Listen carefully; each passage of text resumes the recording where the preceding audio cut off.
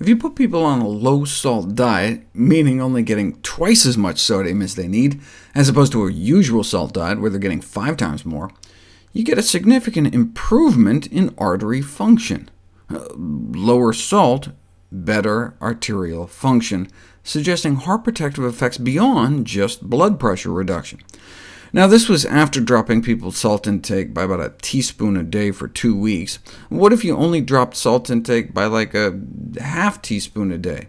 You still get a significant improvement in artery function, and it happens within just 2 days of reducing one's salt intake, or even after a single meal.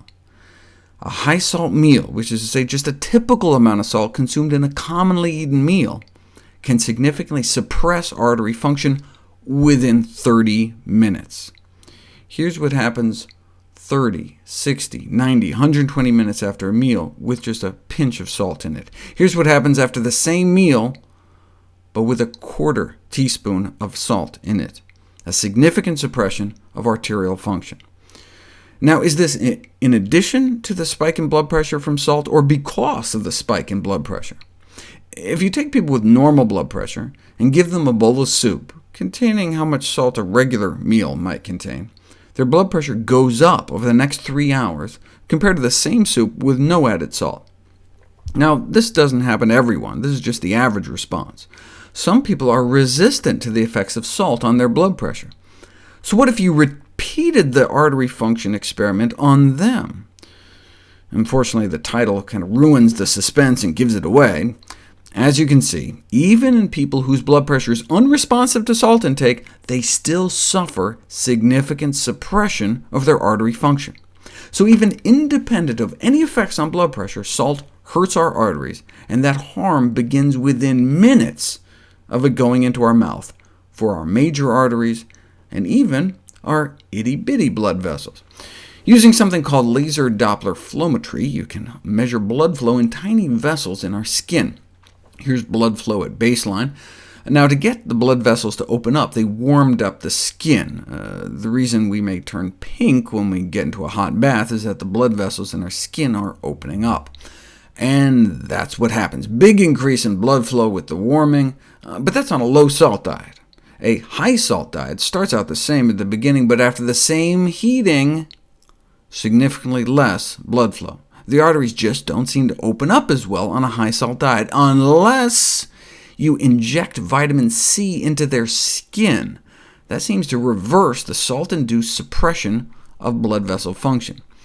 So if an antioxidant reverses the salt effect, then the way salt may be damaging our artery function is through oxidative stress, the formation of free radicals in our bloodstream. But how? Well, there's an enzyme in our body that can detoxify 1 million free radicals a second, 24 hours a day, 7 days a week. But compared to a low-salt diet, if we consume a normal salt diet, we suppress the activity of this detoxifying powerhouse of an enzyme.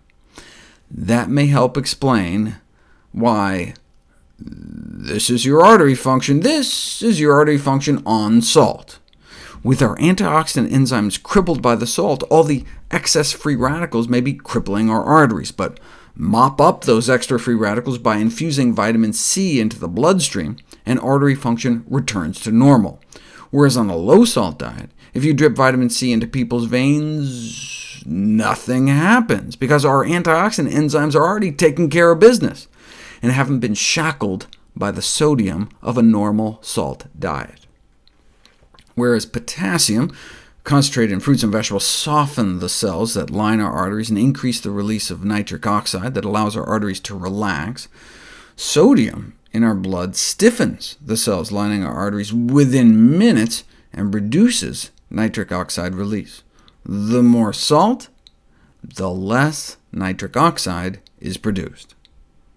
One salty meal, and not only does our blood pressure go up, but our arteries literally stiffen. That's why we could figure out that too much salt was bad for us 4,000 years ago. Maybe we don't need a double-blind trial. Maybe we don't need to follow people out for a decade. You may just have to feed someone a bag of potato chips and take their pulse.